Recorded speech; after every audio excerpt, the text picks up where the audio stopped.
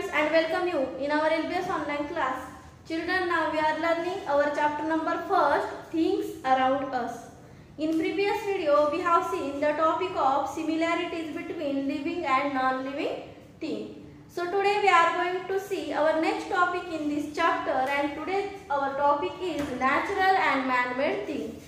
तर विद्यार्थी मित्रांनो, आपण आपलं जे फर्स्ट चॅप्टर आहे कुठलं थिंग्स अराउंड अस हे चॅप्टर शिकत आहोत. मागील व्हिडिओ मध्ये आपण similarities between living and non living thing म्हणजे काय, तर सजीव आणि निर्जीव ज्या वस्तू आहेत त्याच्यात कुठला सारखेपणा आढळून येतो, तर हा टॉपिक आपण शिकलो होतो. आजच्या व्हिडिओ मध्ये आपण नॅचरल आणि मॅनमेड थिंग बद्दल शिकणार आहोत. बघा, नॅचरल म्हणजे काय, नैसर्गिक, आणि मॅनमेड म्हणजे काय, तर मानव निर्मित. तर बघा, नॅचरल आणि मॅनमेड थिंग ज्या आहेत तर ह्या कुठल्या असतात, आपण याच्याबद्दल प्रिव्हियस इयर म्हणजे मागील काही वर्षांमध्ये शिकलेलो आहोत. इयत्ता पहिली मध्ये आपण नॅचरल आणि मॅनमेड थिंग बद्दल शिकलेलो आहोत. So children, there are two kinds of non living things. म्हणजे काय, तर निर्जीव वस्तू ह्या दोन प्रकारच्या असतात, आणि मग ते दोन प्रकार कुठले. So first kind is natural and second is manmade. बघा, आपण बघितलेलं आहे की we see different types of things in our surroundings. म्हणजे काय, आपण आपल्या अवतीभोवती वेगवेगळ्या प्रकारच्या वस्तू बघत असतो. So this things are divided in two groups. त्या ज्या थिंग्स आहेत तर त्या दोन गटांमध्ये काय केलेलं आहे, त्यांचं वर्गीकरण केलेलं आहे. कोणकोणत्या गटामध्ये. So first group is living things and second group is non living thing. आपल्या अवतीभोवती आढळणाऱ्या ज्या वस्तू आहेत त्यांचे दोन गटात वर्गीकरण केलेलं आहे, सजीव वस्तूंचा गट आणि निर्जीव वस्तूंचा गट. So children, tell me the examples of living things. Correct. Plants, animals and human beings, these are the examples of living things. So tell me the examples of non-living things. Correct. Table, board, fan, car, pencil, pen, cupboard, these are the examples of non-living things. So children, these non-living things are divided in two groups. So first group is natural non-living thing and second is man-made non-living thing. ह्या ज्या non living things आहेत, मग ज्या निर्जीव वस्तू आहेत तर त्या दोन गटामध्ये त्याचं वर्गीकरण केलेलं आहे. पहिला गट आहे नॅचरल नॉन लिव्हिंग थिंगचा आणि दुसरा गट आहे मॅनमेड नॉन लिव्हिंग थिंग. तर बघा, नॅचरल म्हणजे काय, things that are made by nature, these are called natural things. तर बघा, ज्या वस्तू निसर्गाने बनवलेल्या आहेत त्याला आपण नॅचरल थिंग्स म्हणतो. तर नॅचरल थिंग्स म्हणजे काय, की ज्या वस्तू आपण बनवू शकत नाही, ज्या केवळ निसर्गाने बनवलेल्या आहेत. मला सांगा, जो सूर्य, चंद्र, तारे जे आहेत, पर्वत आहे, नद्या आहे, हे आपण बनवू शकतो का. तुम्ही जर विचार केला की मी सूर्यासारखा दुसरा एक सूर्य बनवू शकतो का, नाही. आपण त्याचं चित्र काढू शकतो, पण जशाच तसा सूर्य आपण बनवू शकत नाही, जशाच तसा चंद्र आपण बनवू शकत नाही. तर ह्या ज्या सगळ्या वस्तू आहे, किंवा एखादा पर्वत आहे, पर्वत आपण म्हटलं मी पर्वत बनवणार, तर शक्य आहे का, नाही. तर मग हे जे पर्वत आहे, सूर्य आहे, चंद्र आहे, त्याचप्रमाणे ढग आहे, हे सर्व कोण बनवतो. अगदी बरोबर, हे सर्व निसर्ग बनवतो. म्हणून या सर्व वस्तूंना नॅचरल थिंग्स असं म्हणतात. नॅचरल थिंग्स म्हणजे काय, निसर्गाने बनवलेल्या वस्तू. So children, the sun, the moon, clouds, rivers and mountains are the examples of natural things. मग हे जे द सन आहे, मून आहे म्हणजे चंद्र, क्लाउड्स म्हणजे ढग, रिव्हर्स म्हणजे नद्या, अँड माउंटेन्स म्हणजे पर्वत, तर हे सगळे कशाचे उदाहरण आहेत, मग नॅचरल थिंग्सचे म्हणजे नैसर्गिक वस्तूंचे. So second group manmade non living things. पहिला आहे natural things. What is natural things. Things that are made by nature are called natural things. Okay, did you get it. So next group manmade. Manmade means मानव निर्मित. Man म्हणजे काय, मनुष्य, मानव. Made म्हणजे तयार करणे. तर मॅनमेड म्हणजे काय, तर मनुष्याने बनवलेल्या वस्तू. कोणकोणत्या आहेत. So children, look at the pen. या पेनकडे बघा. हा पेन कोणी बनवला, निसर्गाने बनवला का, तो आपोआप निर्माण झाला का, नद्यांसारखा, पर्वतासारखा, नाही, हा माणसाने बनवला. So children, look at the board. हा बोर्ड कोणी बनवला, हा पण माणसाने बनवला, मानवाने बनवला. त्याचप्रमाणे तुमच्या घरामधला टेलिव्हिजन आहे, कम्प्युटर आहे, कबर्ड आहे, किंवा भरपूर अशा वस्तू, टेबल, खुर्ची, त्याचप्रमाणे कार, ट्रक, बस, एरोप्लेन, या सगळ्या ज्या वस्तू आहेत कोणी तयार केल्या, त्या माणसाने तयार केल्या. म्हणून या सर्व वस्तूंना आपण काय म्हणतो, man-made things. what is man-made thing? Things that made by man.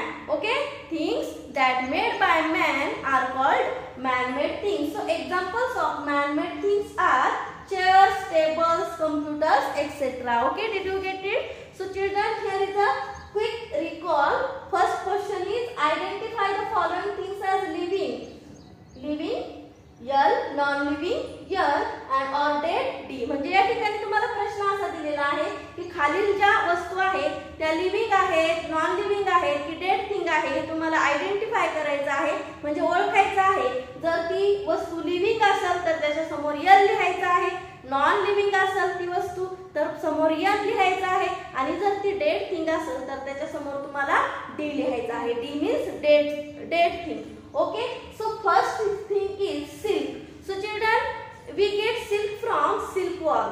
Where do we get silk?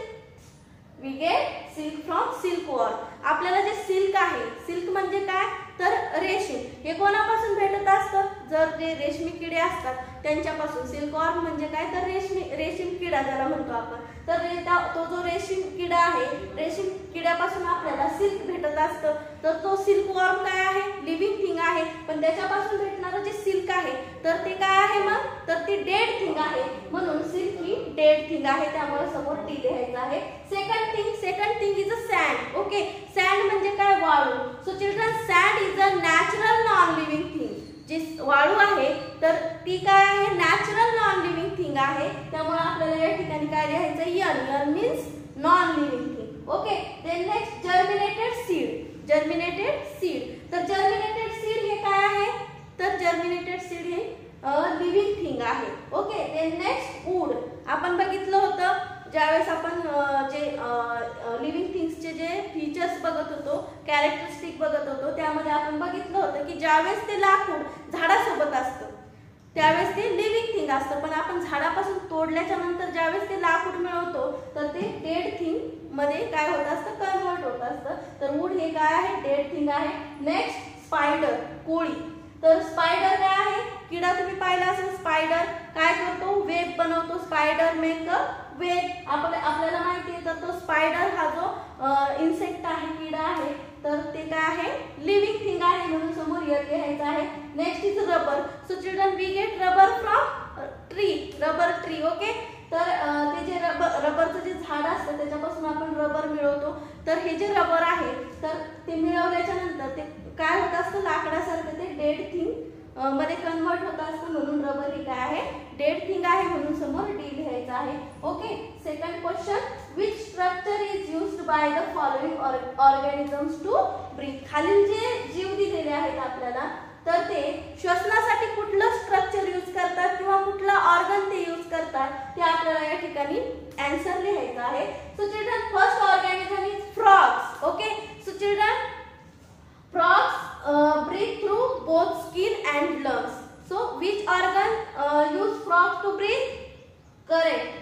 Frogs breathe through both skin and lungs. तर ज्यावेळेस ते जमिनीवर असतात फ्रॉग्स तर त्यावेळेस ते काय यूज करतात? लंग्स यूज करतात. आणि ज्यावेळेस ते पाण्यामध्ये असतात किंवा जमिनीखाली असतात तर त्यावेळेस ते स्किन म्हणजे त्वचेचा श्वसनासाठी वापर करत असतात. म्हणून ते स्किन आणि जे लंग्स आहे, फुफ्फुस आहे, तर त्या दोन्हींचा श्वसनासाठी वापर करत असतात. Next organism is fish. So children, fish breathe through gills. Which organ use fish to breathe? Correct, fish breathe through gills. जर ते मासे आहे तर ते कुठल्या ऑर्गननी ब्रीथ करतात? Gills. Okay, next human being. Next organism is human being. So children, human being breathe through lungs. तर आपण ह्यूमन बीइंग म्हणजे आपण मनुष्य कशाद्वारे श्वसन करतो? नाकाने करतो. पण हे जे श्वसनाची जी प्रोसेस आहे ते आपण लंग्सद्वारे म्हणजे फुफ्फुसांद्वारे करत असतो. तर human beings breathe through lungs. Okay, breathe through lungs. Next insects. So children, insects breathe through tiny holes in their body. जे इन्सेक्ट्स असतात, छोटे छोटे किडे असतात, तर ते श्वसनासाठी कशाचा यूज करतात? तर बघा, त्यांच्या शरीरावर, बॉडी म्हणजे काय? शरीरावर टायनी होल्स म्हणजे काय? छोटे छोटे छिद्र असतात, त्याद्वारे ते काय करत असतात? श्वसन करत असतात.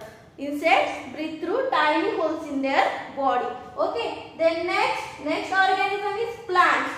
So children,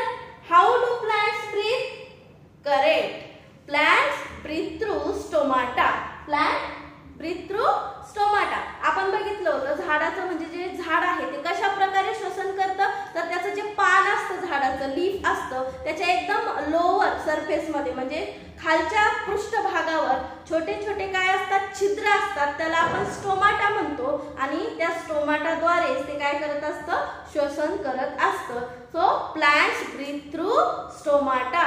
okay, did you get it? So children, today we have seen the topic of natural and man-made things.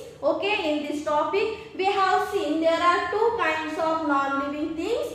First is natural and second is man-made. Okay, so things that is made by nature are called natural things, and things that are made by man are called man-made things. Okay, so we have seen quick recall. So in this recall we have seen two questions. So children, today's your homework is complete these questions and their answers in your science textbook. Okay, so remaining part of this chapter we are going to see our next video. Thank you.